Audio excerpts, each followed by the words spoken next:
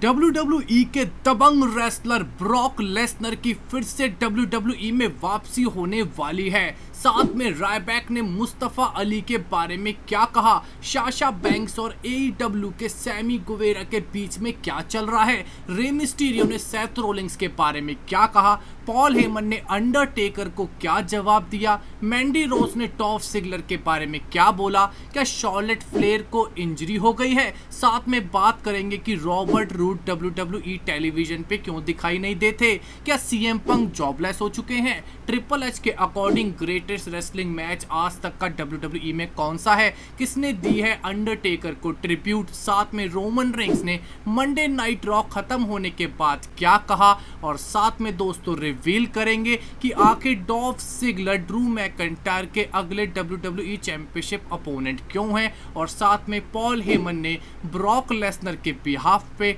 Fin baler को क्या जवाब दिया है। होगा ये सब इस वीडियो में रिवील। मेरा नाम है नितिश वशिष्ठ एंड आप देख रहे हैं WWE हिंदी एम्पायर चैनल। सबसे पहले दोस्तों बात करते हैं मुस्तफा अली की। मुस्तफा अली के साथ एक नाम जोड़ा जाने लगा था कि ये स्मैकडाउन के हैकर होंगे। WWE ने सडनली स्मैकडाउन के हैकर की स्टोरी लाइन को होल्ड पे डाल दिया। फिर रूमर्स आए कि मुस्तफा अली को स्मैकडाउन से मंडे नाइट रॉ में ड्राफ्ट कर दिया गया है। रायबैक ने इसी बातों पे सवाल उठाते हुए कहा कि मुस्तफा अली जैसे इंटेलिजेंट रेसलर को WWE टेलीविजन पे क्यों नहीं दिखा रही। उन्होंने इसके पीछे का बड़ा रीजन दिया। रायबैक ने कहा कि मुस्तफा अली एक ऐसे रेसलर हैं जो उनके दिल में होता है वो ही उनकी जुबान पे भी होता है। इसी वजह से जब वो अपना ओपिनियन WWE की मैनेजमेंट को देते हैं तो कोई ना कोई ऐसा इंसान होता है मैनेजमेंट में जो मुस्तफा अली या किसी इंटेलिजेंट रेसलर से WWE में खफा हो जाता है।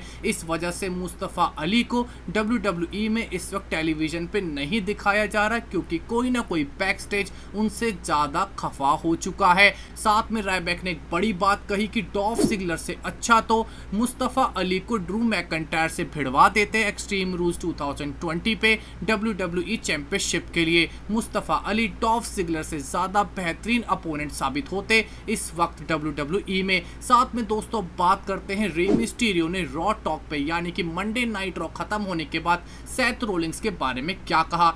MVP ने रे मिस्टीरियो से क्वेश्चन पूछा, आप अपने बेटे को सेथ रोलिंग्स से ट्रेनिंग क्यों नहीं लेने देना चाहते। रे मिस्टीरियो ने इस क्वेश्चन का आंसर बिल्कुल साफ दिया। उन्होंने कहा कि मैं जानता हूं मेरे बेटे के लिए क्या सही है क्या गलत है। मुझे पता है कि अगर मैंने सेथ रोलिंग्स को अपने बेटे को ट्रेन करने दिया तो वो उसको गलत राह पे लेके जाएगा। यानी कि रे मिस्टीरियो का मानना है कि सेथ रोलिंग्स डोमिनिक के लिए बिल्कुल भी सही नहीं है और वो डोमिनिक का करियर खुद अपने हाथों से बनाना चाहते हैं। इसके बाद दोस्तों बात करते हैं कि ऑल एलीट रेसलिंग के सैमी गुवेरा ने साशा बैंक्स के बारे में क्या कहा। सैमी गुवेरा की एक वीडियो सरफेस हुई जहां पे उन्होंने साशा बैंक्स के बारे में एक बहुत ही घटिया बात कही। उन्होंने कहा कि मैं साशा बैंक्स का रेप करना चाहता था। यानी कि सैमी गुवेरा के ये शब्द साशा बैंक्स के लिए थे और भी कई सारी डिसरिस्पेक्टफुल बातें साशा बैंक्स के बारे में उन्होंने बोली, जिसके बाद सैमी गुवेरा को ऑल एलीट रेसलिंग से सस्पेंड तक कर दिया गया है। उनको एक सेंसिटिव ट्रेनिंग तक पे पहुंचा दिया गया है। सैमी गुवेरा को इस वक्त ऑल एलीट रेसलिंग से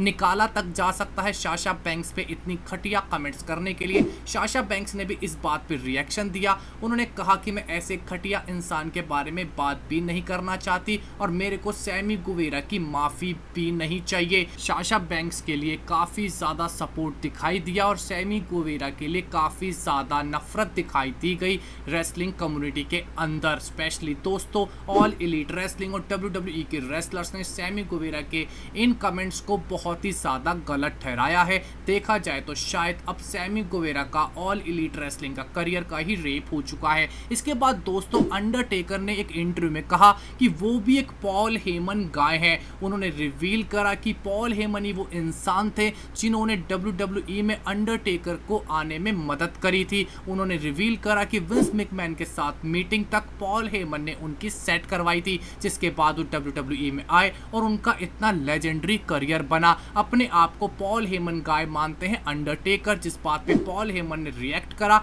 और कहा कि अंडरटेकर अंडरटेकर अगर ऐसी बात कह रहे हैं तो ये मेरे लिए बहुत ही ज़्यादा ऑनर की बात है, और अंडरटेकर कह रहे हैं तो सच ही कह रहे होंगे। इसके बाद दोस्तों बात करते हैं डॉल्फ जिगलर की। डॉल्फ जिगलर को और उनके साथी रॉबर्ट रूड को स्मैकडाउन से मंडे नाइट रॉ में ट्रेड कर दिया गया है एजे स्टाइल्स के बदले। इस बात पे सबसे बड़ी खुशी हुई मैंडी रोज को। मैंडी रोज ने कहा कि फाइनली अब डॉल्फ जिगलर मेरे को परेशान नहीं करेगा और मेरे को छोड़ के अब वो फाइनली मंडे नाइट रॉ में चला गया है। इसके पीछे का रीजन दोस्तों आपको पता ही होगा कि स्मैकडाउन में मैंडी रोज को डॉल्फ जिगलर ने काफी ज्यादा टीज करा था कि वो उनके साथ रिलेशनशिप में आ जाएं। हमें स्मैकडाउन में एक बहुत ही लव ट्रायंगल भी देखने को मिला था मैंडी रोज और ओटिस और डॉल्फ जिगलर के बीच में, जहां पे डॉल्फ जिगलर हमेशा मैंडी रोज के पीछे पड़े रहते थे। तो मैंडी रोज खुश है कि अच्छा हुआ डॉल्फ जिगलर चला गया, एक आशिक तो कम हुआ स्मैकडाउन से। इसके बाद दोस्तों शार्लेट फ्लेयर को मंडे नाइट रॉ में चोट लग गई, ये WWE ने अनाउंस करा था। अब शार्लेट फ्लेयर की मेडिकल अपडेट आई है और अपडेट कुछ खास अच्छी नहीं है। हमें शार्लेट फ्लेयर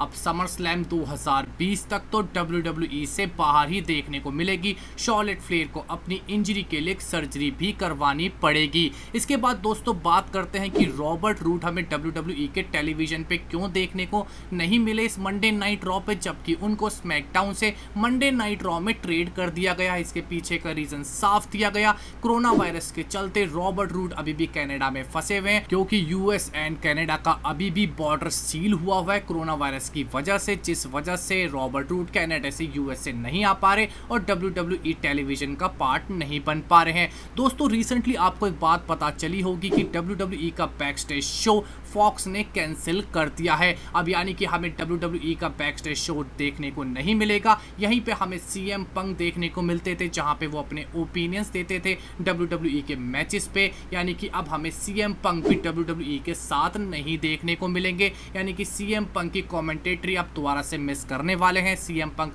फिर से जॉबलेस हो चुके हैं और वो फिर से WWE से दूर जाने वाले हैं। इसके बाद दोस्तों ट्रिपल एच ने रिवील करा कि उनके अकॉर्डिंग ग्रेटेस्ट रेसलिंग मैच कौन सा है। उन्होंने कहा कि रेसलमेनिया 25 पे शॉन माइकल वर्सेस अंडरटेकर का मैच मेरी नज़र में आज तक हमारी इंडस्ट्री का ग्रेटेस्ट रेसलिंग मैच है। मैं भी इस बात से एग्री करता हूं। इसके बाद दोस्तों अंडरटेकर की रिटायरमेंट पे क्रिस जेरिको ने उनको ट्रिब्यूट पे करी, उनकी फोटो डाली और नीचे लिखा थैंक यू टेकर। इसके बाद दोस्तों अब रिवील करते हैं कि रोमन रेंस ने मंडे नाइट रॉ के बाद एक स्पेशल सेगमेंट में क्या बोला। मंडे नाइट रॉ खत्म होने के बाद रोमन रेंस हमें देखने को मिले जेफ जैरेट और R-Truth के साथ। ये एक स्पेशल सेगमेंट था, यानी कि राउंड टेबल। यहाँ पे रोमन रेंस से अधिकतर क्वेश्चन उनकी लाइफ के बारे में पूछे गए, उनके एक्सपीरियंसेस के बारे में कि आपने लुकीमिया कैंसर से कैसे फाइट करी, आप लुकीमिया कैंसर के बारे में क्या कहना चाहते हैं। रोमन रेंस ने कैंसर लुकीमिया से लड़ने की कई पॉजिटिव बातें इस सेगमेंट के दौरान बताई और अपना एक एक्सपीरियंस शेयर करा कि उन्हें जब सबसे पहली बार सिर्फ 21 साल की उम्र में कैंसर हुआ तो कैसे उनकी माँ ने उन्हें सपोर्ट करा।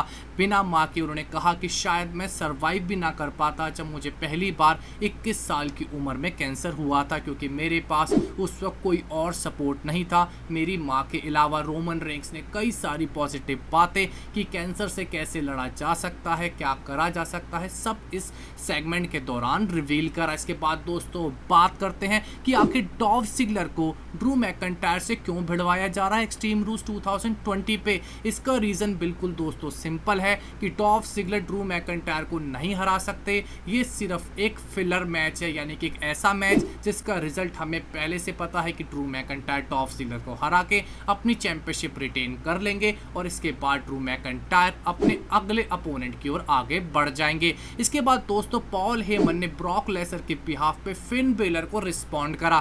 फिन बेलर ने रिसेंटली कहा था कि मेरे फादर ने कोविड-19 को हरा दिया इस साल, 3 बाईपास सर्जरी करवा ली, एक हिप सर्जरी करवा ली, यानी कि अब इनके लिए कौन सा चैलेंज बचा है, ब्रॉक लेसनर इज नेक्स्ट। इस बात पे पॉल हेमन ने रिएक्ट करते हुए पहले तो फिन बेलर के फादर की स्पीडी रिकवरी की कामना करी और उसके बाद फिन बेलर को याद दिलाया कि कैसे ब्रॉक लेसनर ने फिन बेलर को WWE चैंपियनशिप मैच में हरा दिया था, इसलिए ब्रॉक लेसनर से अपने फादर को दूर ही रखना। इसके बाद दोस्तों हमारी आज की आखिरी खबर कि ड्रू मैकइंटायर मैकइंटायर का समर स्लैम 2020 का अपोनेंट कौन होगा। दोस्तों ये अपोनेंट कहा जा रहा है कि दो में से एक हो सकता है। ड्रू मैकइंटायर चाहते हैं कि उन्हें समर स्लैम 2020 पे रेंडी ऑर्टन के खिलाफ WWE चैंपियनशिप मैच दिया जाए, पर WWE की management Drew McIntyre versus Brock Lesnar का मैच तैयार करके बैठी हुई है और हमें एक रीमैच देखने को मिलने वाला है समर स्लैम 2020 पे, जहां पे ड्रू मैकइंटायर अपनी WWE चैंपियनशिप को ब्रॉक लेसनर के खिलाफ डिफेंड करेंगे। यानी कि यहाँ पे ब्रॉक लेसनर अपना बदला लेने के लिए WWE में रिटर्न करने वाले हैं और फिर से उनका एम WWE चैंपियनशिप जीतना होगा। तो दोस्तों हम आपसे इस वीडियो में यही क्वेश्चन पूछना चाहेंगे कि आपको लगता है कि ब्रॉक लेसनर जब अपनी रिटर्न करेंगे तो एक घायल शेर क्या समर स्लैम 2020 पे ड्रू मैकइंटायर को हरा के WWE चैंपियनशिप रिक्लेम कर लेगा। आप अपना ओपिनियन हमारे कमेंट सेक्शन में जरूर दीजिएगा। हमारे इस वीडियो को देखने के लिए बहुत बहुत शुक्रिया। हमारे चैनल को ये सब्सक्राइब कीजिए, लाइक एंड शेयर। आपका बहुत बहुत धन्यवाद।